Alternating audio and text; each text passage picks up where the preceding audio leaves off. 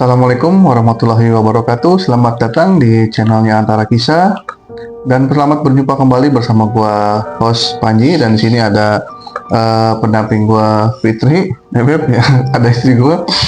Jadi di video kali ini gua mau ngebahas di video sebelumnya. Jadi video sebelumnya itu gua sempat upload tentang tadinya itu kemarin tuh nggak ada rencana ya. Jadi kemarin tuh gue sebenarnya mau nyari tempat untuk shoot video di luar gitu. Tapi ternyata dari tujuan yang pertama itu meleset. Akhirnya carilah kita opsi kedua. Akhirnya setelah rembuk, mama tim jatuhlah kepada tempat di mana dulu istri gue pertama kali mengalami hal-hal spiritual, yaitu di salah satu kuburan yang berhadapan antara kuburan Muslim dan kuburan Cina. Ya kalau orang Cimahi pasti tahu kayak gitu. Tapi ternyata begitu kita ke sana itu nggak semulus apa yang kita pikirin ya, Beb. Ya, jadi nggak semulus. Awalnya sih kayaknya mulus nih. Iya, jadi karena excited badan ya. Nah, karena kita kayaknya aman, lancar nih, nggak ada masalah gitu kan. Nah, karena kan nggak terlalu malam juga. Nggak terlalu malam, jam 7:30 ya. Ya sekitar jam 7:30 loh. Masih orang juga masih lalu lalang, masih banyak. Masih rame banget gitu kan. Nah, akhirnya berangkatlah gitu dari tempat pertama ke tempat kedua tuh sebenarnya nggak terlalu jauh. Jadi tempat pertama itu gue ada di Ciawitali tuh. Ada di Ciawitali, berangkatlah. So kita ke sana ke mana? Rekomendasi dari saudara ya. Rekomendasi dari saudara gue. Udah aja ke masjid ini di dekat kuburan sini. Dan ternyata yang dimaksud sama saudara gue itu adalah salah satu makam keramat yang dikeramatkan. Awalnya kita nggak tahu, beneran nggak tahu sama sekali. Awalnya gue nggak tahu kalau makam itu keramat, dan di situ siapa yang disemayamkan juga pun nggak tahu siapa gitu kan. Tahunya udah mungkin makam untuk banyak orang lah gitu. Ya, jadi tahunya ya makam-makam kayak makam lain gitu ya. Berangkatlah kita ke sana. Begitu berangkat, pas mulai masuk area pemakamannya itu kita kelewat. Jadi dari pemakaman pertama kita bablas terus sampai atas, berakhir kan tuh. Teman balik lagi, nih jalannya mana gitu kan, tempatnya mana, kok yang ditunjukin sama saudara gua kita nggak nemu gitu kan. Balik lagi putar balik lagi sampai bawah, ini tempatnya di mana. Cuman kelihatan di tengah-tengah itu ada satu jalan yang mencorok ke dalam tuh. Jadi jalannya rada nanjak, dia mencorok ke dalam. Akhirnya putar balik lagi kita. Nah, di sini kita sempat debat nih. Jadi gue sama kameramen itu sempat debat gini. Yang gue maksud itu jalan yang barusan di pemakaman Muslim. Tapi yang ditangkap sama kameramen sama tim gue satu lagi itu ada di dalam kuburan Cina. Ini sempat miss. Jadi pas gue nanjak, ini kameramen gue sama tim satu lagi nih lagi nangkring di dalam kuburan Cina. Lagi nangkring nih, lagi nggak mau masuk, malah mau ngajak masuk. Malah mau ngajak masuk. Itu di dalam kuburan Cina katanya gitu kan. Lah gue logikanya gini. Lah, gue ke kuburan Cina mau ngapain gitu kan? Apa yang gue review gitu kan? Gue mau nyamperin vampir apa gimana gitu kan? Nggak sejalan gitu kan. Akhirnya ternyata mereka itu linglung, guys. Jadi mereka itu sempet kurang konsentrasi. Akhirnya ya emang kayak dilinglungin aja kali pas di sana, nyampe sana. Ya mau dilinglungin ya. Ya soalnya jadi kayak ini kayaknya tempatnya di sini. Emang kan belum pernah ke sana juga. Belum pernah ke sana, jadi nggak hafal. Nggak hafal. Jadi pas nyampe ke atas udah tegang duluannya karena emang bukan niat awal ke sana. Jadi naik turun. Dan itu 6 kali gitu. Apalagi istri gue ya, karena tepat pertama kali dia mengalami hal spiritual, jadi dia tuh berarti jangan ya. Jadi kayak shock terapi, jadi masih sedikit trauma dia itu. Akhirnya dia memberanikan diri. Akhirnya pendamping istri gue ada gitu, nemenin. Ya udah, ayo temenin gitu kan. Temenin nih, guru gue datang tuh. Begitu kita lagi galau, maju apa enggak, akhirnya datanglah guru gue nih. Nah, begitu turun, guru gue sempat masuk ya, Bebe ya. Masuk sempat nyapa yang di sana. Nah, yang Bebe lihat itu apa aja, Bebe, di sana sosok itu, Bebe? Waktu pas kita mondar mandir. Pas nemu nggak tahu itu benar apa enggak ya. Benar kan jalannya ya? Benar. Yang ditunjukin itu kan ya? Iya. Jadi pas masuk ke tempat tujuan yang ditunjuk, yang dikasih rekomen sama apa namanya, sama saudara tuh, bener nih masuk sini. Pas mau masuk banget nih, tuh kebetulan yang dampingin hadir gitu. Guru aku tuh datang gitu. Pas yang aku lihat tuh kayak orang lagi pada diam gitu. Kalau orang lagi pada ngumpul gitu. Terus pas datang semua jadi fokusnya tuh ke kita gitu. Jadi pada yang lagi pada begini, jadi baru gitu. Jadi berarti gini, lo lagi nongkrong di satu perkampungan nih, tiba-tiba ada orang asing lewat, siapa nih? yang lo nggak kenal itu sih, siapa? Jadi kan otomatis yang lagi ngopi, yang lagi ngerokok gitu kan, pasti kan dimatiin rokoknya, siapa nih, ini orang mau kemana kan gitu ya? Kayak gitu. Tapi bukan orang, maksudnya. Iya, maksudnya ya ibaratnya gitu lah ya. Jadi pas yang pas kesana itu nggak ada yang rokok kalau yang begitu. Iya, maksudnya ibaratnya kalau kita gitu di manusianya gitu. Jadi pas datang tuh langsung rada-rada sedikit tegang. Jadi pas masuk ke situ hawanya juga kayak bukan di Cimahi gitu, kayak di mana gitu, kayaknya tuh kayak beda tempat gitu. Kayak masuk beda alam gitu. Kayak beda benua gitu. Jadi pas masuk tuh tangan tuh udah kayak nyapa gitu, nyampe ujung udah nggak enak tuh, rada kayak nabrak angin kenceng rasanya. Kayak nabrak apa namanya ya, kayak nabrak aura gitu ya. Kayak nabrak aura gitu. Jadi rasanya tuh kayak kayak ditabrak-tabrakin. Nyampe sana tuh gelap banget. Dia udah bukan gelap lagi tuh mah. Nggak ada lampu sama sekali. Sebenarnya ada lampu, cuman kayaknya putus lampunya deh itu. Jadi pokoknya gelap. Udah ditambah minusnya parah gitu kan. Nggak kelihatan banget. Awalnya udah kayak, aduh udah balik aja gitu kan. Karena emang kan kita rekomen pertama kali antara kisah kan nggak ke tempat-tempat. Iya, kita bukan ke tempat yang seperti itu gitu. Karena itu mah udah ada orang yang pasti ada bagiannya lah ke sana gitu. Nyampe sana kebetulan ada salah satu keluarga ya. Nah, ada keluarga juga lagi mungkin habis selesai ziarah mungkin ya. Mungkin habis selesai ziarah. Pokoknya ada anak kecil. Mulai tuh rada sedikit oke lah. Oh, ada orang gitu. Ada orang nih berani nih gitu kan. Selama-lama nggak lama baru parkir nih. Kejatuhan lanting ya, kenceng banget. Kayak itu buat kejatuhan, itu dilempar itu. Kayak dilempar banget, kenceng banget. Langsung gitu kena motor. Kayak denger nggak, semuanya pada denger kan pastinya. Ya. Cuman kalau aku mah nggak ngelihat lantingnya segede apa, nggak. Nah, dari pas kita masuk itu sosoknya bentuknya kayak apa aja tuh? Macem-macem, ada yang Bebe lihat ya kemarin tuh.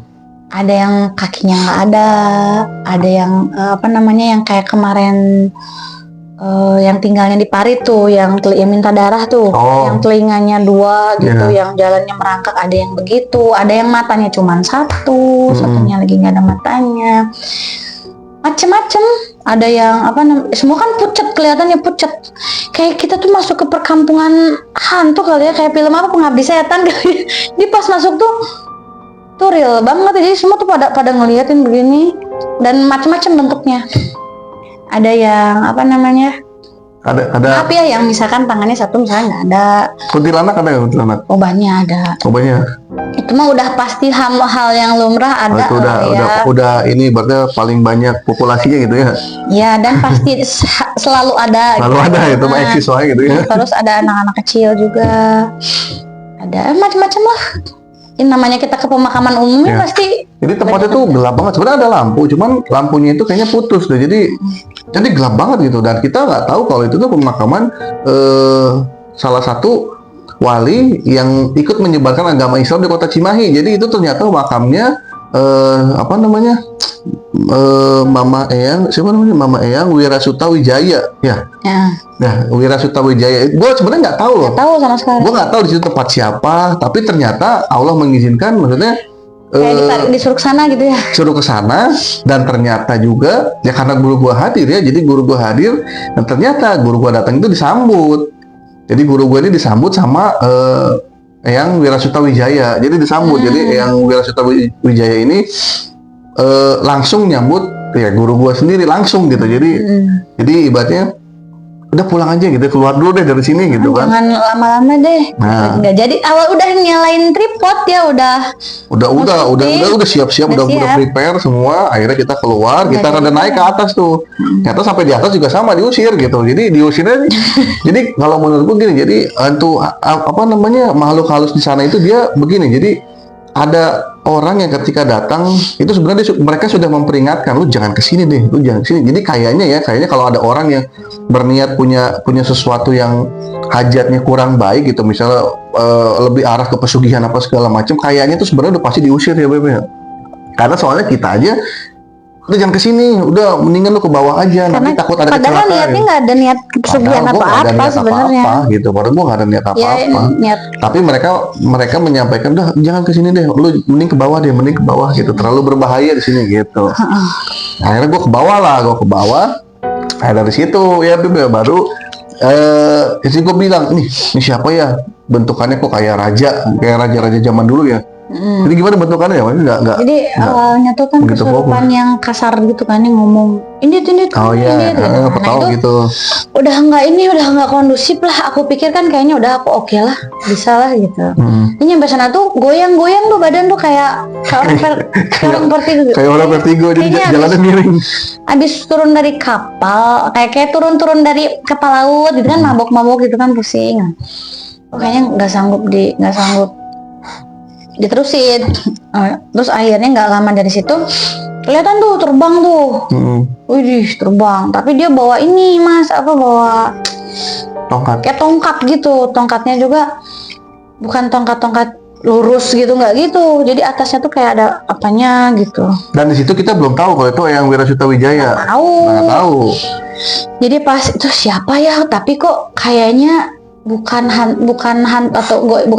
goib hantu biasanya yang biasa masuk gitu. Maksudnya kayaknya ini bukan orang sembarangan nih, kayaknya bukan goib sembarangan gitu. Kayaknya auranya gede banget, tinggi gede banget. Jadi auranya lebih ke raja ya, lebih ke raja. Pokoknya gede banget. Jadi sampai di sepanjang perjalanan tuh kita disuruh ini muter ke daerah. Oh iya, jadi kita tuh itu nggak sengaja. Jadi kan Cipageran itu ternyata wilayah dulu tuh yang Wirasutawijaya ini ternyata kan yang magerin Cipageran, makanya dinamain Cipageran itu dulu. Ketika yang gue baca itu jadi yang Wirasutawijaya ini dulu yang magerin bukan pagar biasa ya, maksudnya pagar goib gitu ya, pagar goib daerah wilayah Cipageran, dan termasuk wali yang menyebarkan agama Islam di wilayah Cipageran dan kota Cimahi. Ya, jadi itu kalau nggak salah yang Wirasutawijaya ini berbarengan sama ketika William Daniels bikin jalan dari dari barat sampai timur itu kan Cimahi kena ya, jadi Cimahi kena. Nah itu beliau ini mengamankan daerah Cipageran, makanya begitu wafat dikeramatkan karena salah satu tokoh di sana. Dan kita belum tahu, kita muter Cipageran.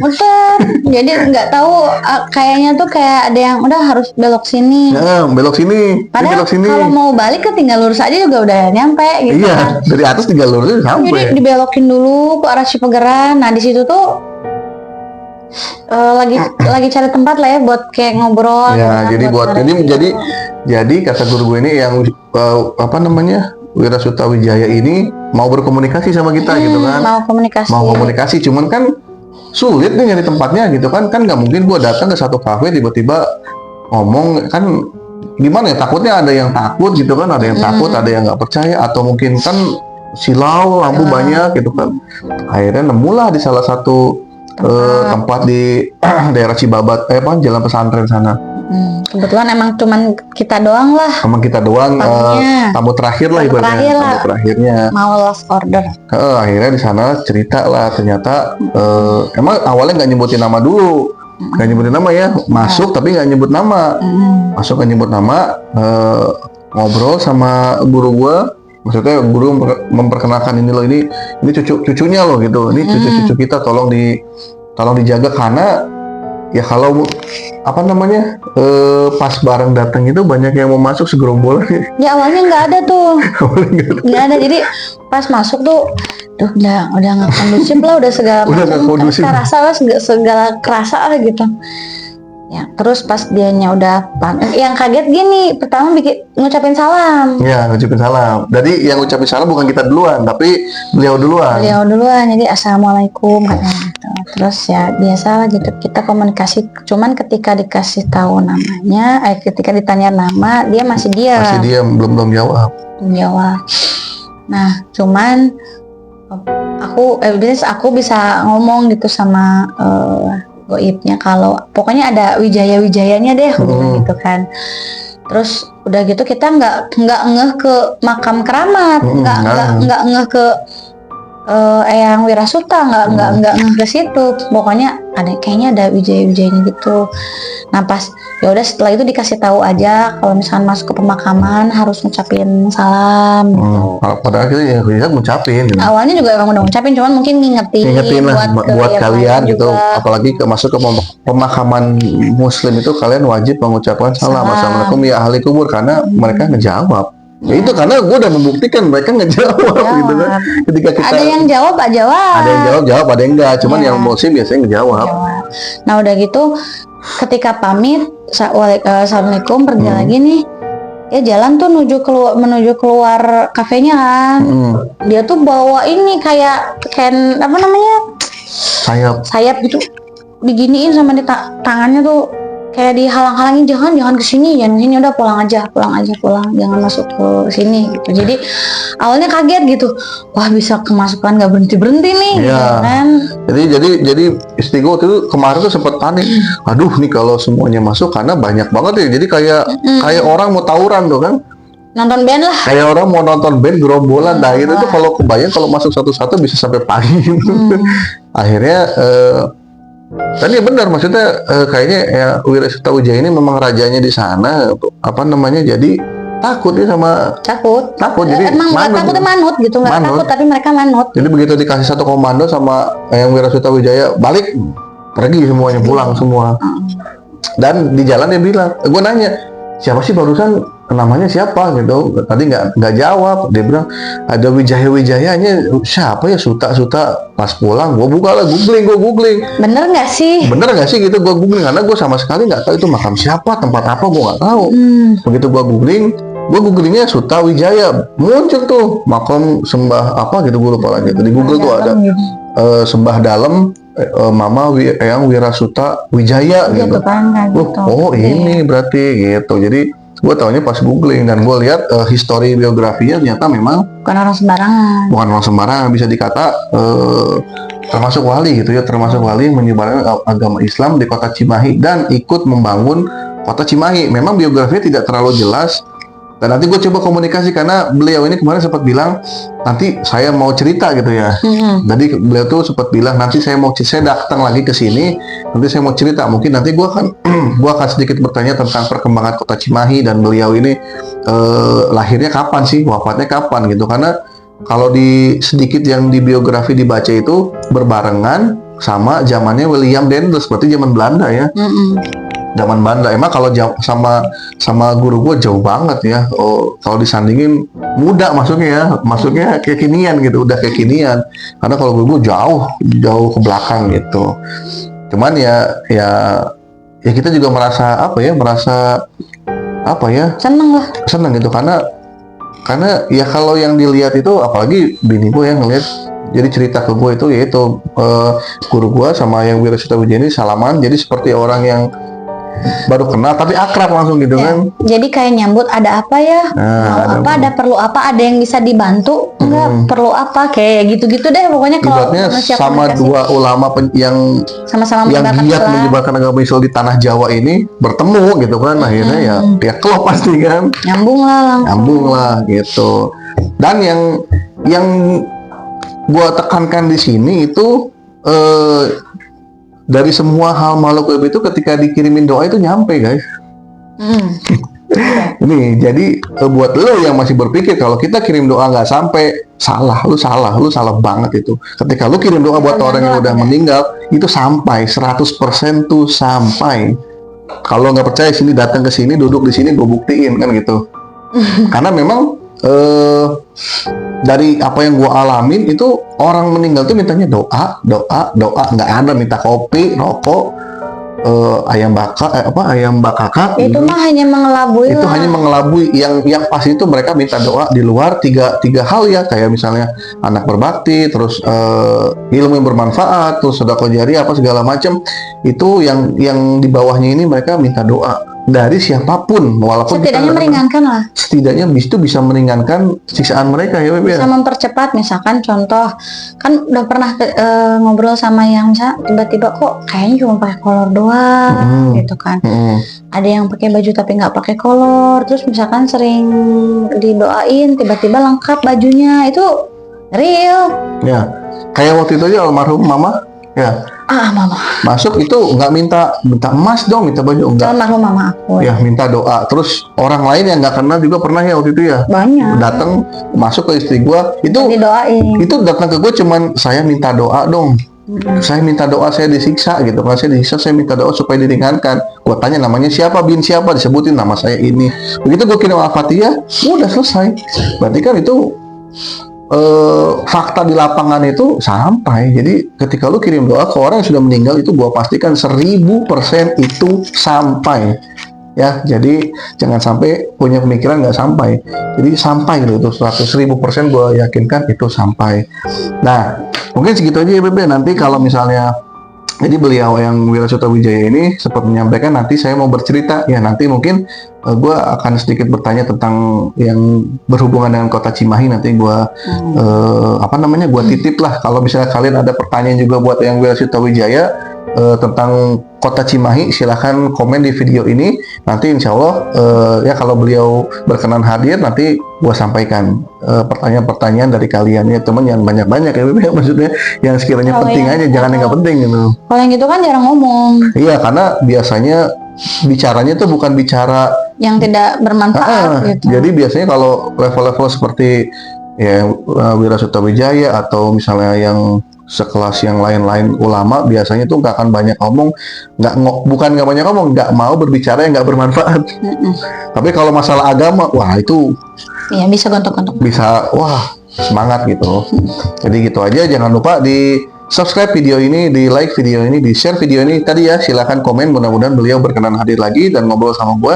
Nanti gue sampaikan ya, nanti gue juga akan bertanya tentang perkembangan kota Cimahi gitu. Jadi mungkin segitu aja. Kalau ada salah-salah kata dari gue sama istri gue, kita minta maaf ya Beb ya.